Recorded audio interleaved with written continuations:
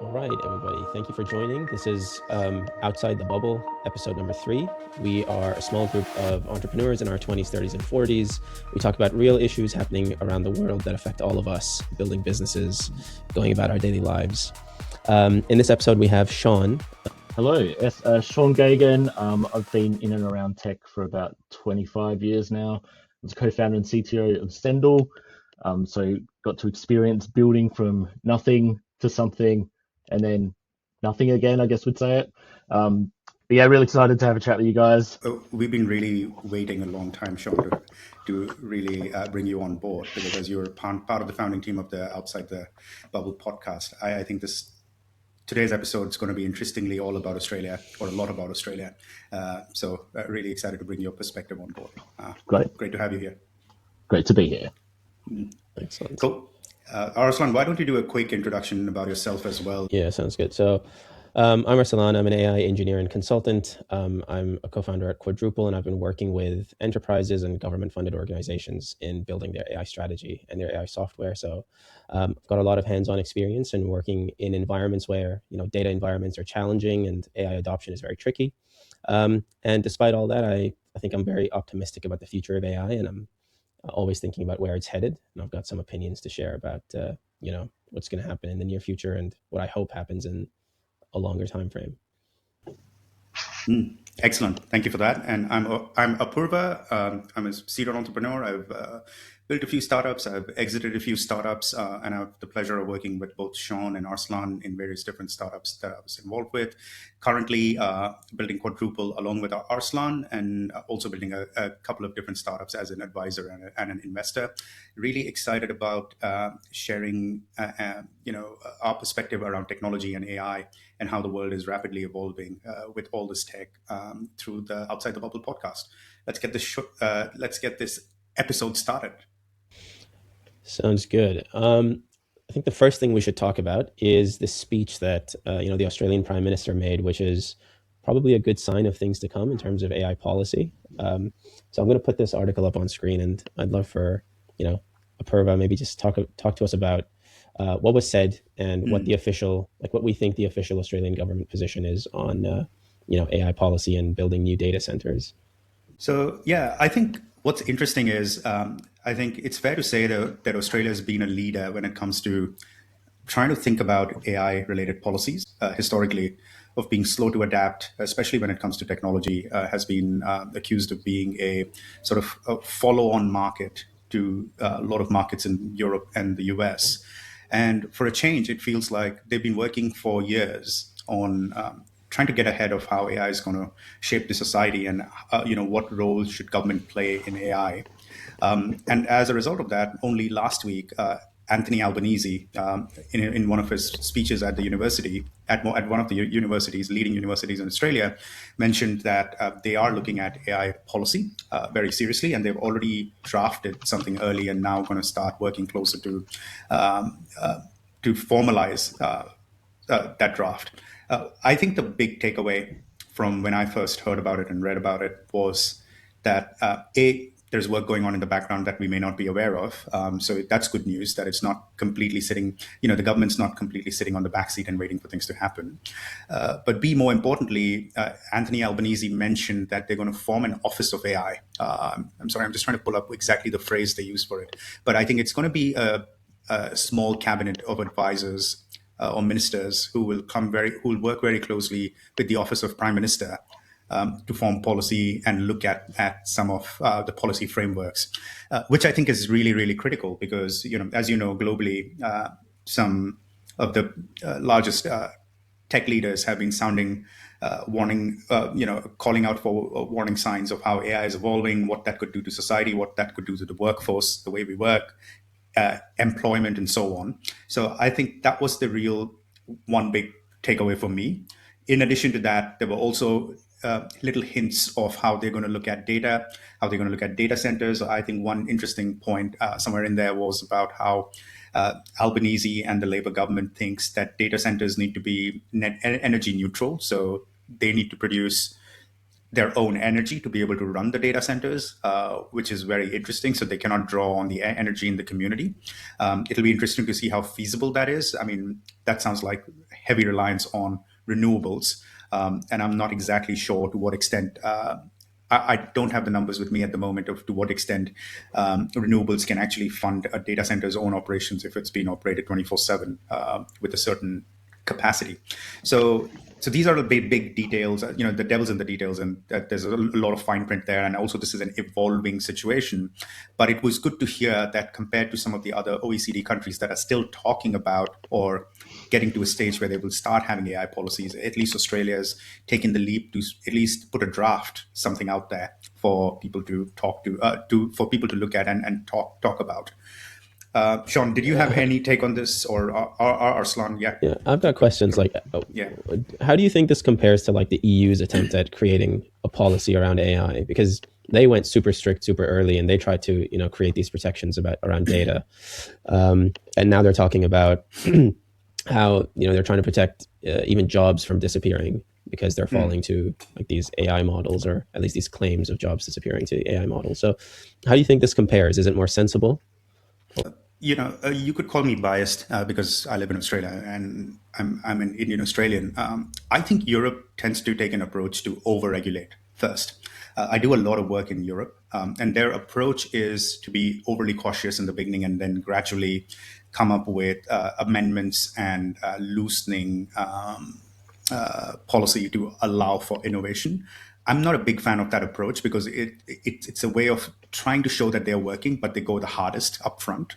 And from what I've seen and I've heard during the last few months of what Europe's doing and how they're approaching the AI challenge, for instance, it sounds like that they've gone really hard on just like covering all their tracks first, which actually leaves very little room for innovation and very little room for risk taking. One of the I can't go into the details here, but I'm aware of some private equity firms that were trying to de-risk European companies from overexposure to American businesses and American tech companies. If you think about it, a lot of the European stack still sits on American tech. And given the current geopolitics of things, there are quite a few leading countries within Europe that are quite concerned that that data that is sitting now in American tech ecosystem either may not be available when they need it or may be used by American firms in ways that Europeans don't like it. And sadly, they have very little options to maneuver that overnight. So having said that, while Europe wants to be more independent, Europe feels like it needs to be more sort of futuristic when it comes to tech and have more European companies governed by European laws. It has very little to show for what it's been able to do and produce. And let's not forget, unlike Australia, which is a country, Europe is a region where there are many countries involved and they all have their own sort of relationships with other countries. And it's a little bit more complicated for Europe. So one thing I'll give to Europe is it tries its best to come up with frameworks that can move quickly, but it's obviously very difficult to do that when you need consensus from 20 plus countries. So yeah, that would be my take on that. Sean, keen to hear from you as well. Yeah, I think this brings up several, there's like half a dozen tangents we could go off on this. My initial reaction to like the speech, I watched the speech last week. It kind of comes down to we're setting up a committee and there's very little detail on how any of this stuff is going to be achieved, and saying things like, the copyright point in particular, that no Australian artists will allow, we're not going to allow Australian artists to have their data used in training and to not have any control over how they're rewarded for their data, or like what how they're able to sort of sell their data into these models. And the whole idea of anything less is theft. That's already happened. Like that's like saying, it's like trying to put the locks back on the door after all the gold's been stolen from the vault and saying, hey, this is secure. You can come and make some deposits. Like it's a bit late for that. And to be in a spot where there is no repercussions for having done the largest intellectual property theft in history is a wild spot to be in. That's one area we could talk about. I think the environmental stuff, it's the theme I would pull out of all of these things is that the horse is already bolted and governments are trying to put policy frameworks around it that dresses it up as this is an amazing productivity tool and we need to have a seat at the table and be part of the part of the solution, all of that sort of stuff. While we're also in an environment where we need like these businesses, Anthropic, OpenAI, have not proven that they're sustainable businesses. Like they're the highest capex we've seen in any boom in history, with like a pretty low return and no profitability. So Yeah, maybe only comparable to the railroads, the American railroads, if I were looking at yeah, like for like comparison. But that but was at for least physical at least infrastructure. at least after that we had railroads. Like we're gonna have We're gonna have data, data centers. we have data centers that have like a 6-year lifespan before they need to be retrofit. So Yeah. I guess I don't want to sound like the anti-technology person, because I'm definitely not. I've been in tech No, you're all, my whole of course. career. Like but there's a difference here between the underlying technology, which is like interesting and useful and can be applied in a lot of situations and to a lot of problems, and the products that we have that are driving this bubble, which is essentially two companies and the associated companies who are flowing pumping the same like several $100 billion around between them. So I don't know how a government can reasonably respond to this. Yeah, I'm not a policy person. I don't have anything in my head where I go, I wish they had said this. But a lot of what they're saying is a bit divorced from reality, I think. And maybe there's a whole lot of detail underneath that we're not seeing that we'll see come out over the next few months. But that's sort of where I'm sitting in at the moment. And that there's it's a a lot. very fair. Yeah, and Australia has a track record of doing this as well. There's we missed the telecoms boom. We missed like the internet startup boom. Out of the 15 to 20 years of sort of internet startups, we got maybe 3 companies that are worth over $1 billion. And the Australian government didn't figure out how to provide the sort of investment environment that is successful for attracting talent, building companies until pretty late in the picture. So from that perspective, you can kind of understand why they're trying to get a bit ahead of it, because they have a track record of not creating good environments or really turning the resources they have into value. And that's not even touching the whole mining natural resource side of things. I really question, like, when I look at this, my initial reaction is like, why is the government only talking about data centers right now and not thinking about actual AI use? Yeah. Because it sounds like what the Prime Minister wants right now is for these large companies to invest money into building data centers, because that's like an immediate cash injection. But they're still making the same mistake they made for the .com era, which is that we're not also gas actually extraction. Like exactly right. Like we're not actually thinking about where the value is coming from after the AI model is in place. Like as you said, the data is gone. Like you're not getting that back. And it's not even gone to the US. Like after distillation, it's in China now. Like you're not getting anything back. Sure, maybe you might be able to protect future data, but it sounds like that was just appeasement, right? That the government really wants data centers. I think the point you make, Arsalan, is a really good one. And I think this is where the politics versus the tech comes in. I think, I'm going to wear the hat momentarily of trying to sort of defend the politician here, which is the last thing I want to do in my life. But because it's the easiest, it's the easiest thing to do to actually laugh at policy and things like that globally. And I know why, because it is crap. Right, like I think most politicians are not up to speed with reality, and most politicians are playing to an audience, and they'll always keep doing that. So I get that. But for a second, to answer your question, I think the data centers are the most visible part of AI. Right, it's the most, it's the story, or it's the portion of AI that warrants an emotional reaction, because it's it's spoken about, it's physical, you can touch it, you can show something for it.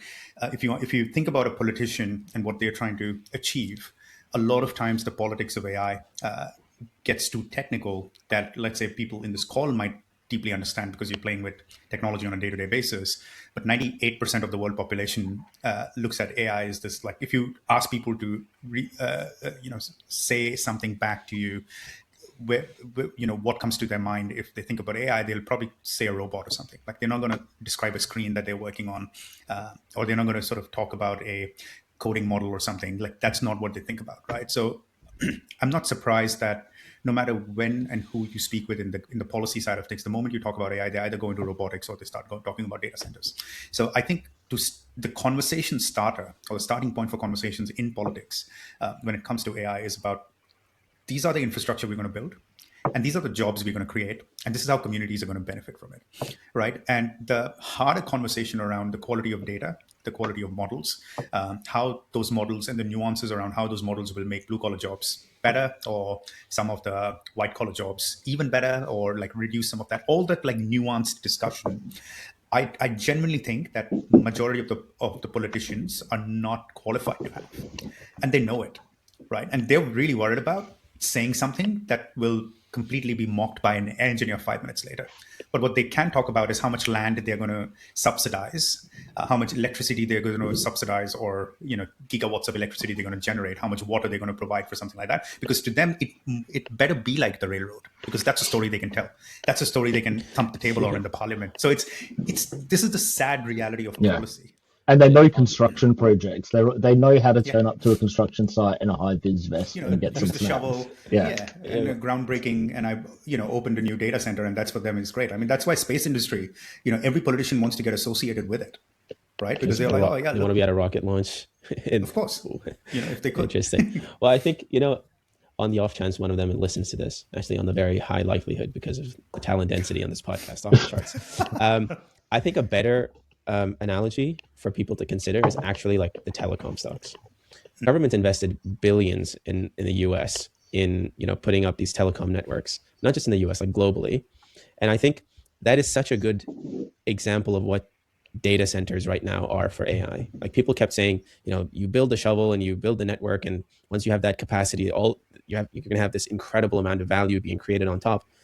But if you look back at that, the value actually came 2 layers abstracted away from that hardware, right? The telecom stocks didn't go anywhere. The companies building on top of them didn't go anywhere. But it's the companies that used a network that was, somewhat built on top of the telecom infrastructure actually reaped all the benefits. And I think I am biased. Like we're software engineers in this room, and we think about the value that consumer-facing products bring. But I feel like it's going to be the same thing, that these AI companies and this AI infrastructure, it's going to get heavily invested on. And then the actual value that's going to be created will be so far down the line that all of this investment is going to be moot. And Australia will be like, standing not in an ideal situation again. I think you make a very... I should point out... very interesting point. Yep. This is go for it. This was from Benedict Evans' podcast from like a month ago. So like I got these ideas from there. They're not original. If you want to get a breakdown, you should go listen to him.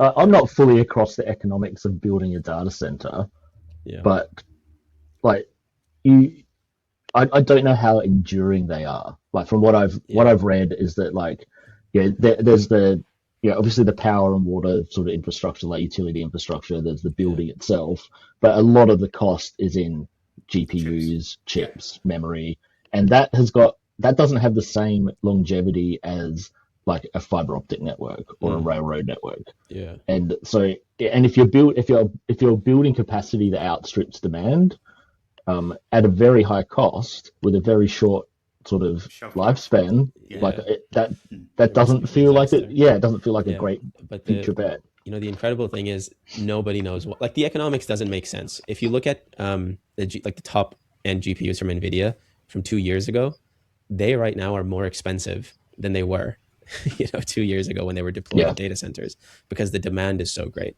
So it's like, even if you aren't across the economics, I guess it's like there's not much point, because it doesn't make a lot of sense right now. I just mean I don't know the detail, but the broad strokes of it being nonsensical is pretty clear. So let's put it this way, Sean. It's really expensive because I've had a chance to look at some business cases where we had the opportunity to invest partly in setting up a data center in Europe more recently. And the idea was not to get access to tier 1 chips. Like you know how like there are chips also that have like tier 1, tier 2, this tiering. So you would go that, okay, we're not going to get access to the cutting edge chips that Americans are trying to hoard and keep it for the Americans. But there are like these tier 2 chips that are good enough for 80% of the business applications. So we were going to try and sort of build capacity within Europe, in certain parts of Europe where energy is actually surplus and cheap in those countries. Without going into specifics, as you know, that there are certain parts of Europe that are extremely cold, and they're very, very naturally well built to keep data centers cool, because you don't need actual air conditioning to cool the place. By default, you can just circulate natural air. Just keep a window open. Yeah, just keep the window open, kind of thing, right? And just manage moisture, or things like that. And so what was interesting is it was still very expensive, and part of the issue of the expense in some of the European side of the world is the building standards and the sort of the, I don't know, just the policies around what needs to happen for you to be able to build a data center. Like there's a certain amount of, sound requirements, which means like there's, you cannot have a single resident in certain radius from the data center. So there's like a lot of those things that gives you very specific sites as options, and then you need to build infrastructure to get capacity into that site, right? So there's like all sorts of those things that makes data centers extremely expensive if you were to do it the right way. Where it becomes really interesting, and this is not going back to what Arsalan's point was, I think there's starting to be consensus that, and one of the things I've thought about originally is how the AI infrastructure side of it is very similar to, and you can draw several parallels, right? We've already spoken about how it's probably like laying the railroad, but the difference is that every 6 years you need to upgrade the infrastructure, or 5 years you need to upgrade the infrastructure, the core bits of it. It's been compared to laying down electricity poles, because again, once you have it, great. There's like telecom as an example. I would also use airline as another example. It's one of those essential infrastructures. You build global airports. Airports need upgrading. Technology keeps changing. For me, the airline example is the closest one, where, if you think about it, one of the mysteries of modern human economics is that most airlines actually eventually go bust, unless it's like a national carrier and somehow funded by the government or supported by the government. And that means that you're getting, special protections with timing and slots and hangar space and infrastructure in very expensive airports, whether it's in downtown Sydney or CBDs in London and so on and so forth. And yet, a lot of them always struggle. They always tend to struggle. They're always teetering around bankruptcy. The handful of airline businesses that actually make money and make a positive return around the world.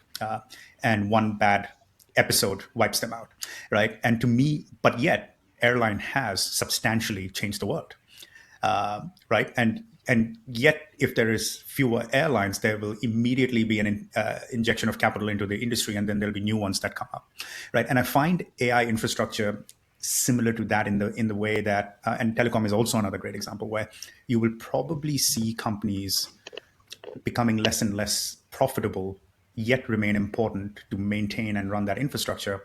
And I feel governments around the world that get the private-public partnership right, the ratio of the private-public partnership right, are the ones that are going to be able to give an edge. So for instance, this is one of the reasons why I think China has an edge compared to some of the Western countries, because this is like the airport infrastructure, right? Like you can't expect an airline to build its own airport to run everything. So it needs the government to take that infrastructure seriously, right? And help the companies to be able to actually hold it in a certain way. And similar to the airline / the telecom industry, where it's critical, but this wouldn't be possible if we didn't have a Telstra, right? But to expect Telstra to be profitable and be able to keep running by themselves entirely on their own, in a world where nobody wants to pay more than $50 a month for a cell phone SIM card, might be extremely challenging because of the cost of maintaining that infrastructure. So I don't know the answer to it, but I can see the parallels being drawn where you said there's an additional infrastructure capacity that needs to be built. And I don't see how just the venture or the private equity firms build it completely end to end in a way that it's sustainable. I think governments will have to find a way to support that infrastructure to give their population the edge to be able to use it. Otherwise, like Sean said, the data center gets built. Some people make money because they were early, and some other people bought into the hype. And eventually there'll be bag holders, and then those data centers are going to be like the shopping malls. All right, like nobody's going to care about it. It's just going to be this large blob of land that somebody developed, and nobody goes to anymore. Right. And that's a real risk that we are looking at if we don't really figure out what's the role of these tech infrastructure in the modern day world. Interesting. I think there's less of a question on if people will show up for the technology, right? Like despite all the detractors, because ChatGPT has had like pretty solid like points against it since day one. But despite all that, you have, I would say, I have people in my network who I look up to, very respectable people, who will put their entire medical histories into ChatGPT and ask it to be a therapist. You know, I myself, like, I see sometimes that I find it, because I use AI so much, I find that I structure sentences much more poorly than I used to. Like, this is like a real effect that I've had, but I know that I'm going to show up. So I think that there's less of a question. These all sound like bad things, Arsalan. I know, these are like terrible things. Like, that stack of books is like 2 weeks old. I don't even know what 2 + 2 is anymore. Yeah. I just ask AI. It's not Yeah, that you get a bad different yet. answer every day. Yeah. If I turn it to, yeah, it might be that way in like a few years, who knows? Once they start to like tap into my neurochemistry and it's like a button to trigger dopamine, I don't know. But like, I genuinely think like the question isn't if people will show up. I think the people have showed that they will, right? And it's more about, I would love to see like a consolidated effort on channeling that optimism about AI the right way. No, but and this is it. That's what I don't. Yeah, like, I don't. People who, yeah. Sorry, Sean, please come in. I was just saying, like, I'm not entirely sure about that premise. That people will show up. People are showing up for a either free or heavily subsidized product that has, it has utility. But if we were paying the actual cost of it, and Apurva and I know about like that people will buy your thing if you're selling it cheaper than get it anywhere else, even if you're losing money on it. And that's the sort of situation we're in. Like if it's like if costs were properly reflected.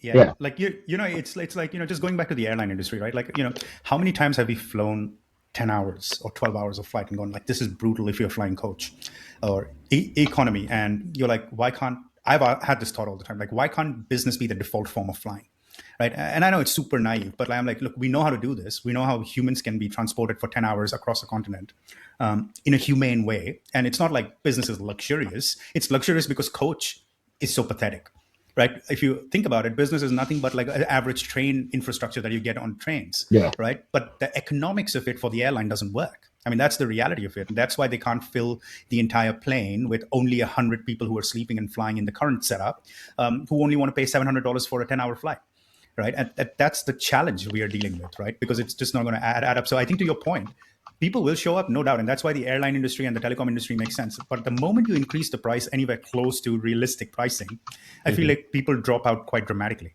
right? And then only the big companies and all those guys benefit this from is it. Such a good point. Yeah, and you're seeing that with like when Anthropic basically introduced at the enterprise tier, per usage charges, and GitHub Copilot as well. Everyone who was all in the token maxing leaderboards have all pulled back and said, okay, we've got to, the party's over. Yeah.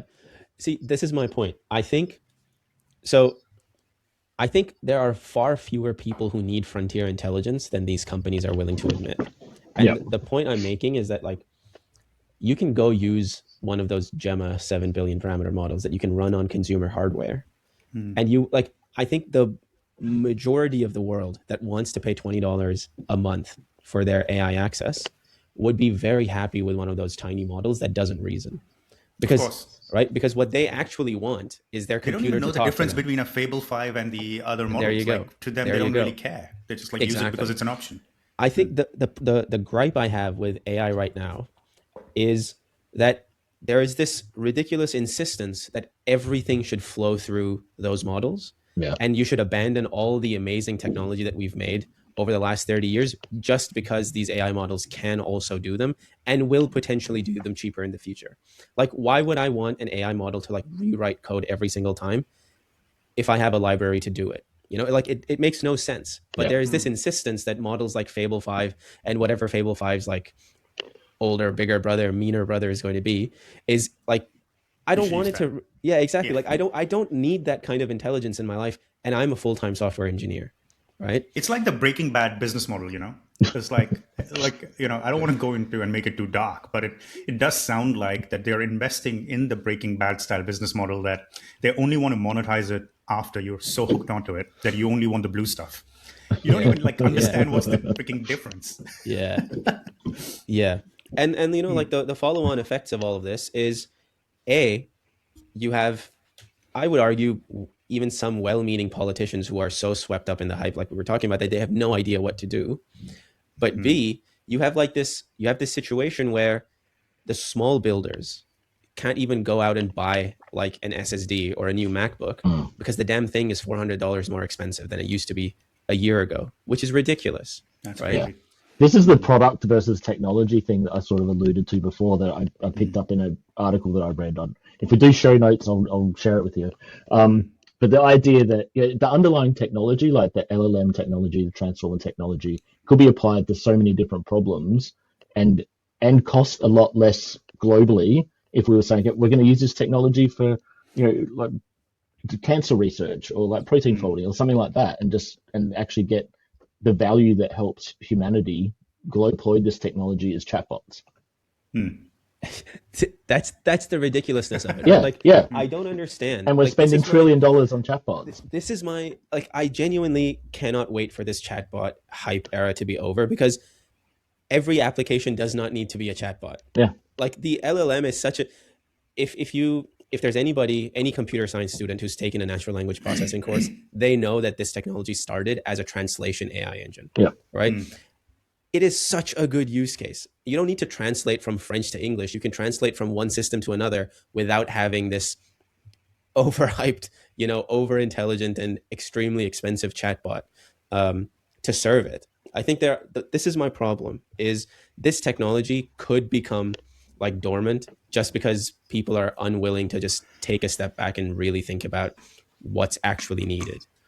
And this is what happens. Like I'm so upset about this because I took my younger brother to buy a MacBook last week, who's a computer science student, and I actually had to fork over an extra, I think it was $400 some after his student discount for a 14-inch MacBook Pro.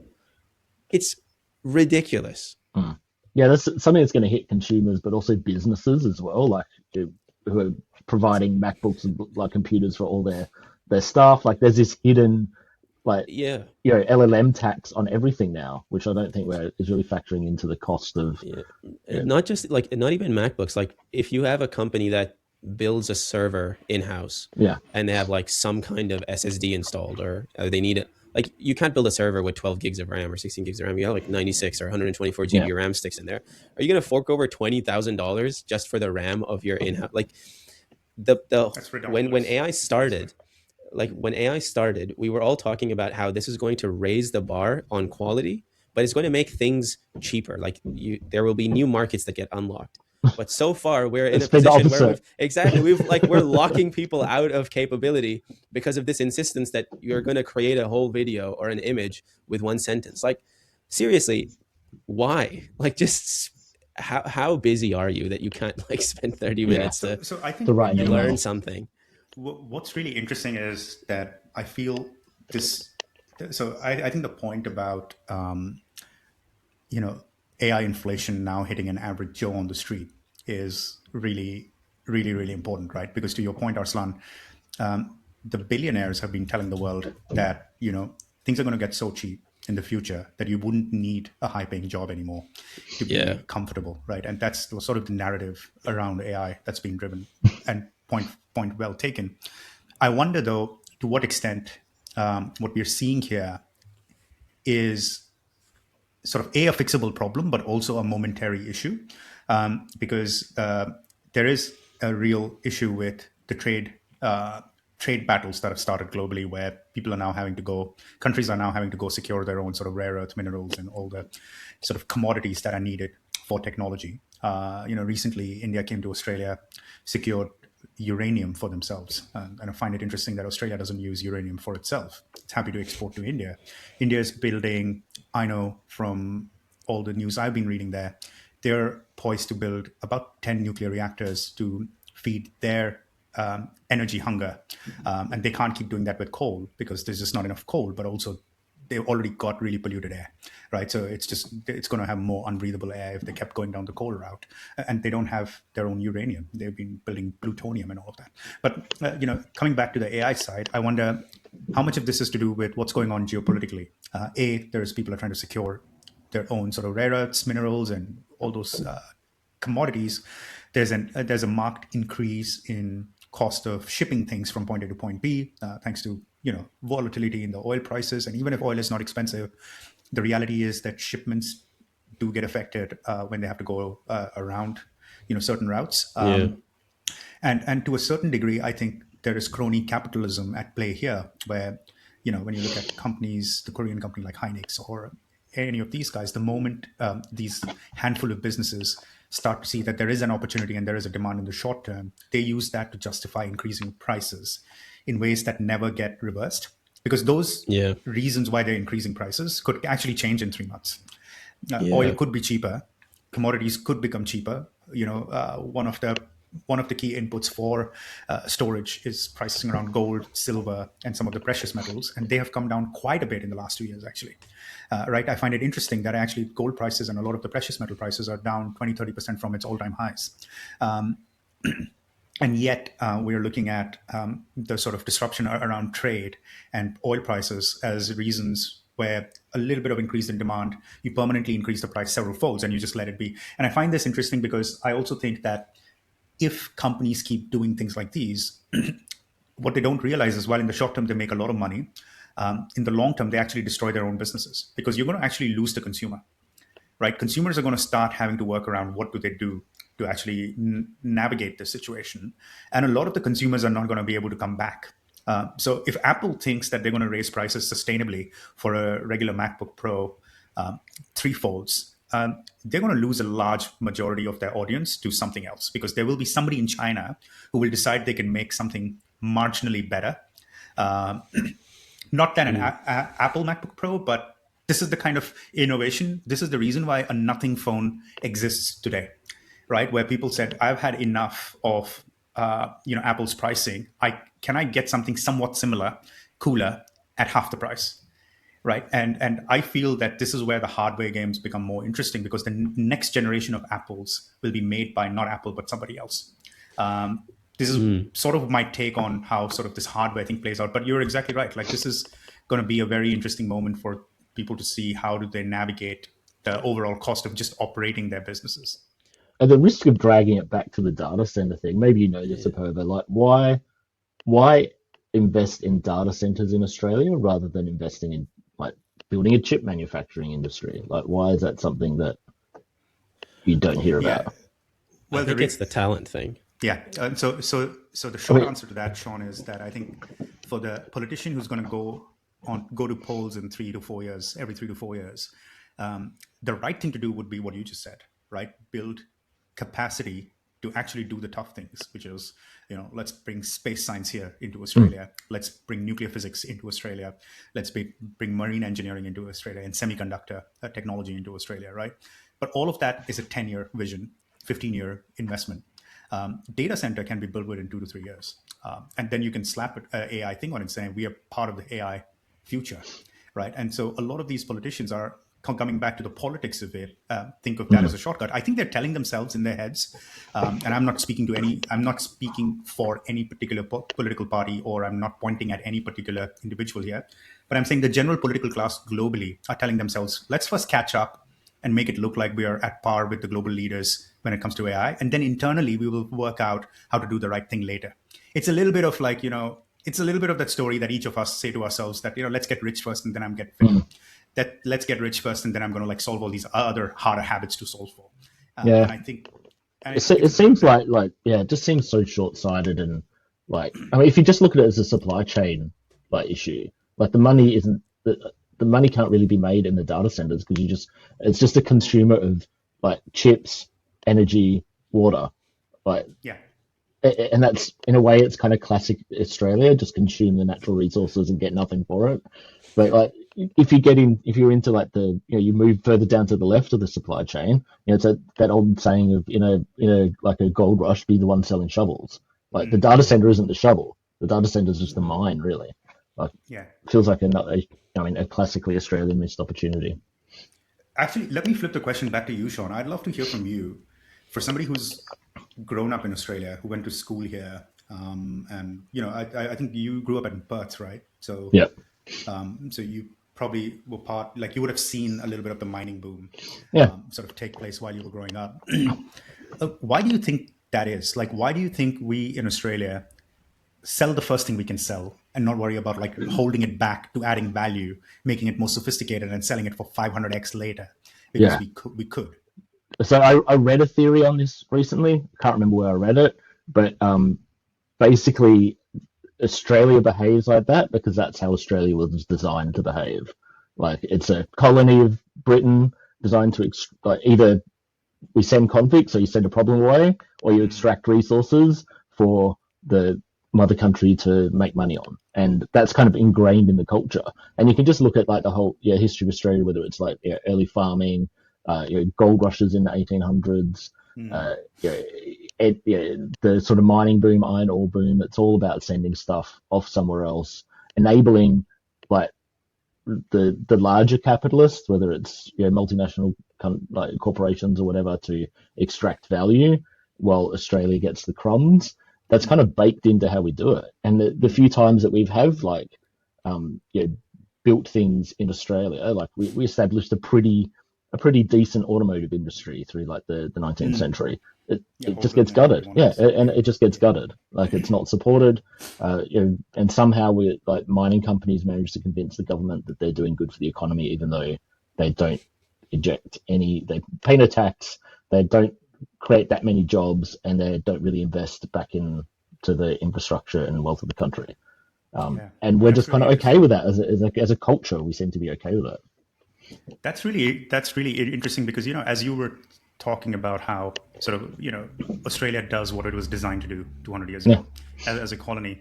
It's interesting because being born and raised in India, I think the Indian history was very similar, where the railroads in India were designed by the British to extract natural resources from India at the time that were much more valuable, right? Cotton and things that grew there, and take them to the ports through the railroads and then sort of ship them off to Europe.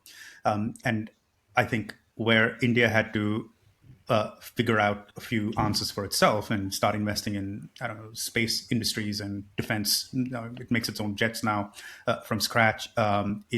It's got a fairly robust medical equipment infrastructure, industry. It's because India doesn't have the same amount of natural resources that Australia does. And so it was sort of backed into a corner, right? Like either you monetize your human resources, so educate them and then make them part of your competitive edge in the world, or you're nothing. You're just going to be a very populated, poor country with nothing in it. And I think that's the policy decision that changed in the 50s for India, where they actually actively, installed institutions that were very high quality education institutions that could actually somewhat compete with the Western education institution in their own way, or in their own right, which I find very interesting as a departure from what was sort of a fate that was sealed. And if you look at the region, there are other countries in the region, Pakistan, Bangladesh, Nepal, Sri Lanka, that couldn't replicate that or couldn't exactly go down that path. I think they would have all tried in their own way, but they just couldn't. Burma is another example, right, where post-colonization, to be able to create value out of human resources or intelligence, I think they struggled to a certain degree in that as a nation. China did that very effectively. Of course, they were not as colonized as Australia or in India were, but China was able to also work out a lot of this. So I feel like there is definitely some merit to that argument where, for some reason we've invested.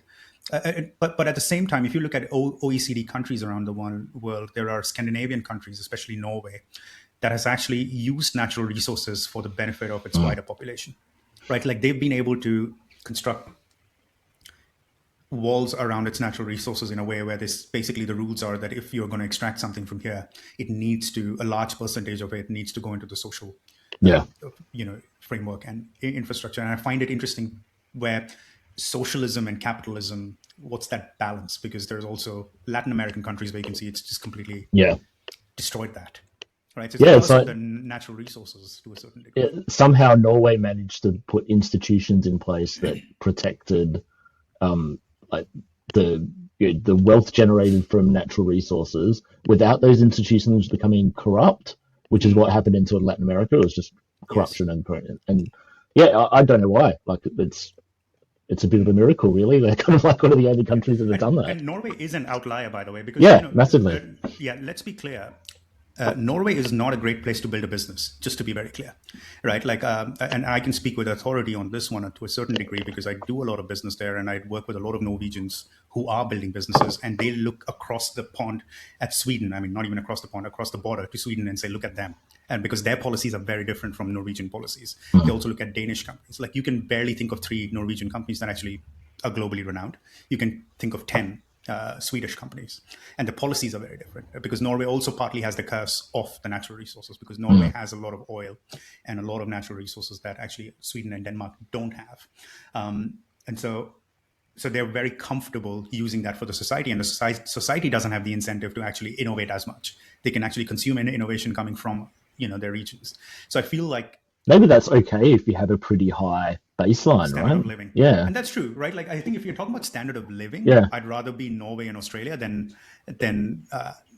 be a Brazil or a Yeah. let's say Venezuela. But if the lens we're applying is how much innovation is coming out of your country and why is innovation or industry getting stifled, I feel the resource curse is a real thing. Because it's sort of the tendency to sell things you can easily sell first before you're forced to innovate. I think it just sort of happens over and over again.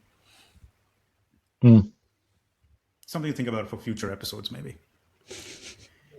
The one thing we do well sometimes, though, I mean, Arsalan, I know you were probably going to bring us back to the topic, which is, I think, more recently, it's been around policy around social media that Australia has been looked upon and often sort of toasted as a leader in the world, where we sort of put in actual frameworks around stopping really young adults to get access to toxic social media in such a way that it actually affects them mentally and so on and so forth. Australia put these guardrails around social media use for under 16-year-olds. So anybody who wants to use it, they have to upload a picture of their ID. Unfortunately, what that means is anybody, like even all three of us, if we want to, access certain websites, you have to basically link your government ID to it. And on the surface, it was designed to, protect minors. But on the flip side, it basically means that even more of your data is now connected to exactly. So, and we've experienced some of it as entrepreneurs in legal realms, about how incredibly deep their roots will go when capturing data, and it's concerning. But the bigger question right now, I think, is, are those policies effective? There's data coming out now that they might not be doing exactly what they hoped. And I think that's only natural when you have technology that's designed to be so addictive, and you have an entire generation that ties their own self-image to social media, and probably in the next 10 years to AI. There has to be a real question about how those policies are designed and where that data goes. So this is a full circle moment, actually. Countries like Australia really do need to think about data sovereignty and who has access to that information and who is allowed to process it and what kind of engineering and analytics are, tied to it. So in terms of an opinion, it's hard to have one other than don't capture any data at all, because we don't know how to design, useful or effective policies. But yeah, I'm curious to hear what you guys think, because I come from my generation definitely hates it. Any platform that ever says age verification needed, I'll skip entirely. It's probably because your generation is the most affected by it. It's the under 16 generation. But the fact that I think that's sort of the kids who can actually even bypass it, as your data is showing, right? You get a VPN, or I'm not going to tell you the tricks to do it, but I think there are so many ways especially with AI these days, right? You can do so many different things. It's a bit slightly different one. And Sean, I really want to get your take on this, because you actually, between the three of us, you're the one who has kids, and some really young adults. So I think your thought really makes a lot of difference here. But for me, I think it sort of comes down to trust. And what do I mean by that is the fact that we are uncomfortable sharing our identities as adults with, let's say, websites or / even government, to the point where we don't even trust government to actually use the data meaningfully, or even delete it once it's served its purpose for you to enter a certain realm. Really talks about how much the trust between public and governance is sort of broken in the modern day world. And I think that's sort of a deeper systemic issue that we must sort of over time find a way to address. Otherwise, you're going to have a very, very complicated otherwise we are continuing to hurtle down this very complicated world where, government wants you to do things, it asks you to do things, and everything they want you to do to try and fix things is starting to create really, really complicated issues. I think the principle behind this, like, it's the right intention. Like, teenagers should be protected. We're definitely seeing the effects of social media on kids, but mental illness, bullying, like the social effects of it, it's not good. So the intention is right. Kids are always going to find ways around technology limitations. That's always been a thing. But I don't think that means that you shouldn't try to do it. I think the data privacy side of it, particularly when it's mostly, I'm less worried about the Australian government having my data than I am about US companies having my data, to be quite honest. Particularly, but maybe those two things aren't really that disconnected when the Australian government is in. It's probably using a US company.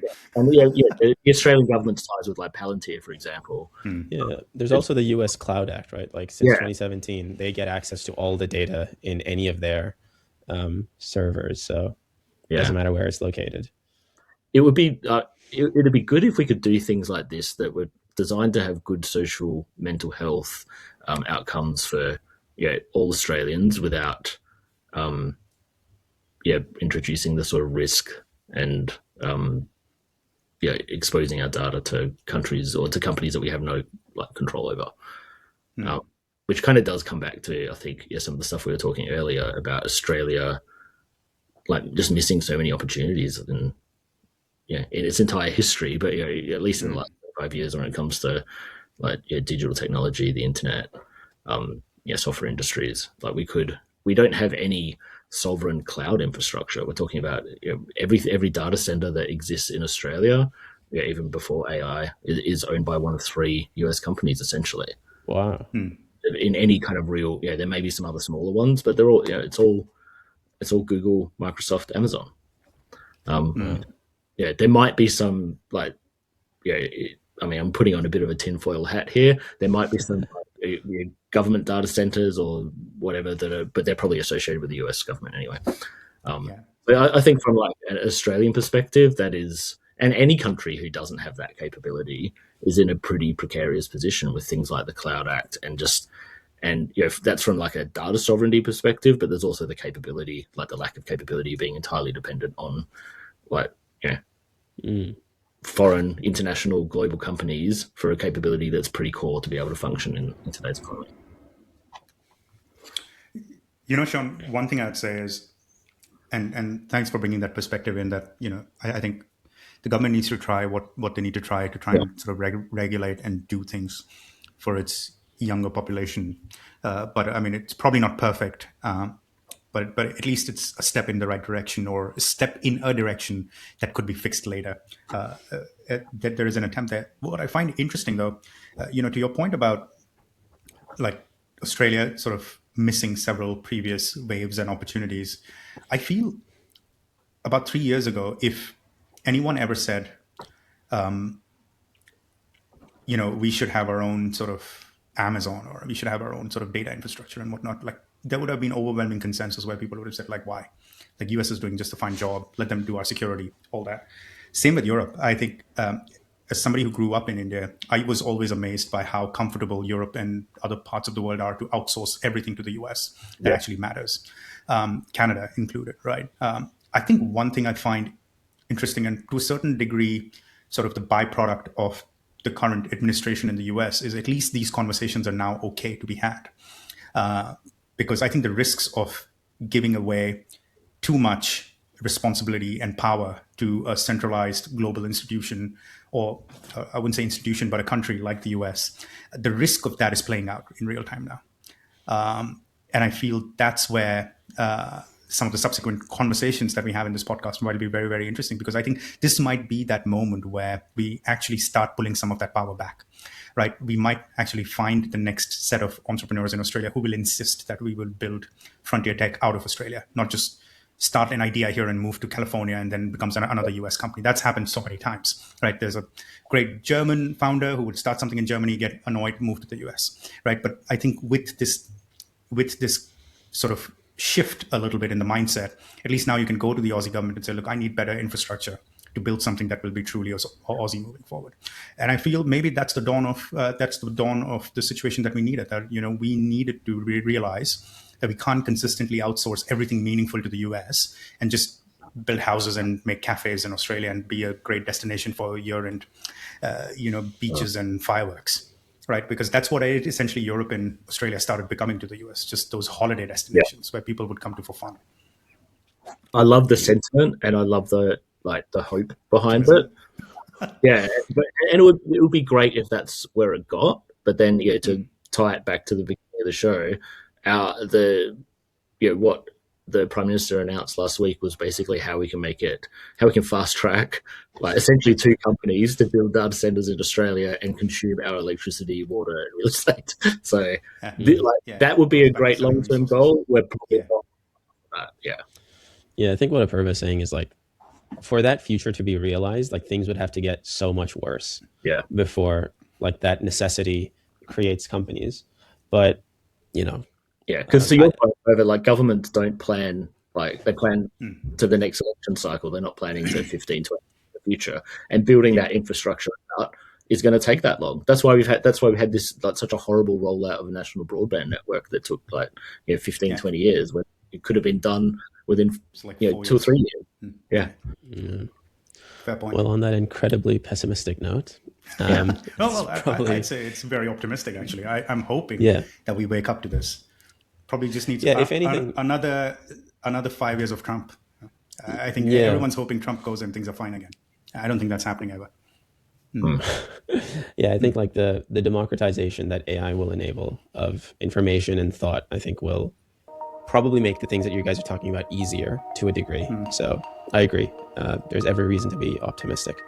But on that note, thank you so much for listening. Thank you, Sean, for joining. And we'll call that the end of episode 3, and we'll see you all in the next one. Thank you guys. This was fun. Bye, Cheers. guys. Bye.